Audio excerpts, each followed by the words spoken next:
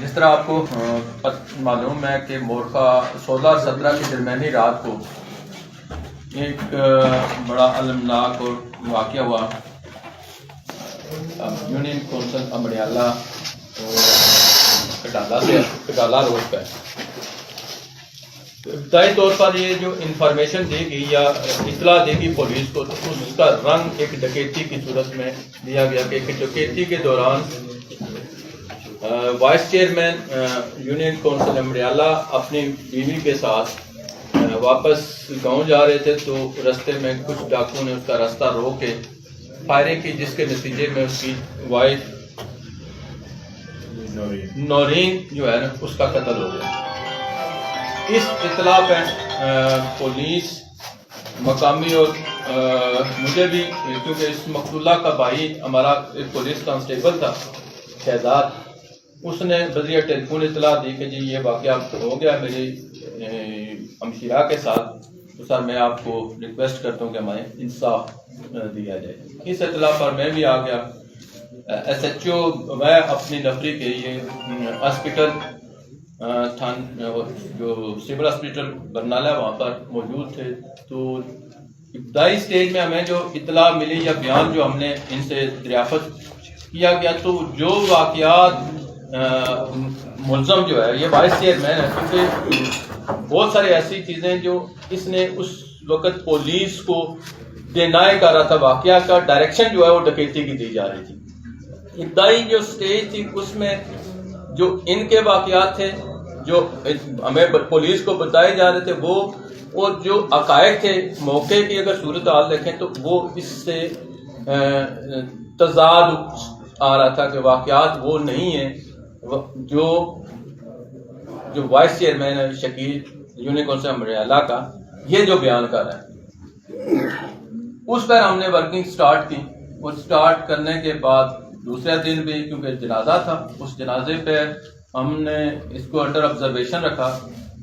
Police ہماری وہاں پر civil پارچات میں بھی ایک ٹیم ہماری سول پارچات میں گئی، دوسری یونیفارم میں تھی. ہم نے ہماری لیڈیز پولیس جو یہاں کی مقامی ہے وہ بھی اپنے طور پر جو ہے سول پارچات میں ہم نے یونیفارم سے اتار ان کو سول پارچات میں وہ بھی بھیجا، تاکہ لوکلی جو ہمیں انفارمیشن جو ملے اس سے ہم اپنی تفتیش کو جو ہمارا اینگل ہے کیا ہم درست ڈائریکشن پہ جا رہے ہیں یا کسی اور ڈائریکشن پر تو نہیں جا رہے ہیں.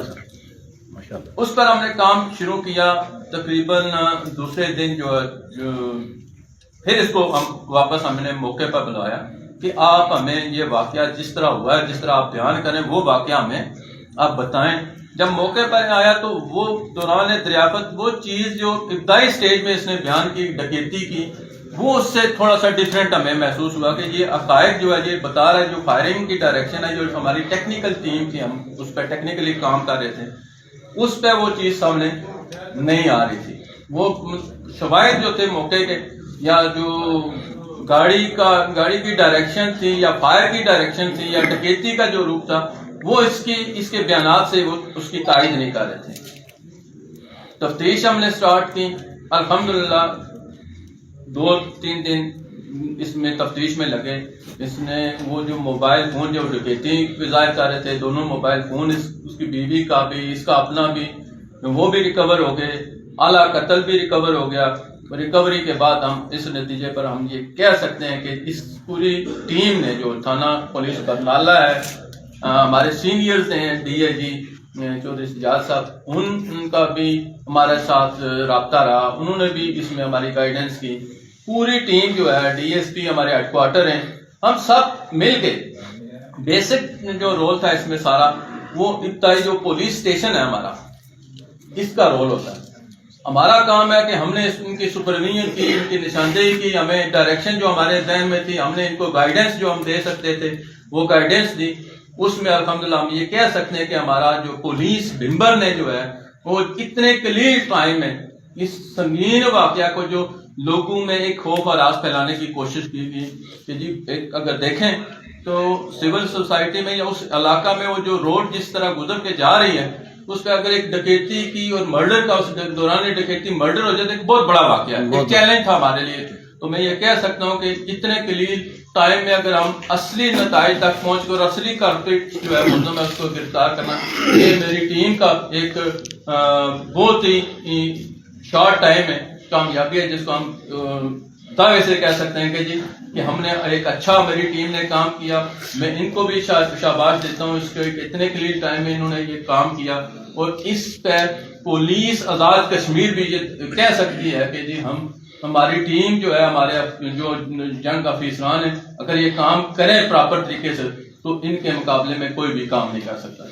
شکریہ جی.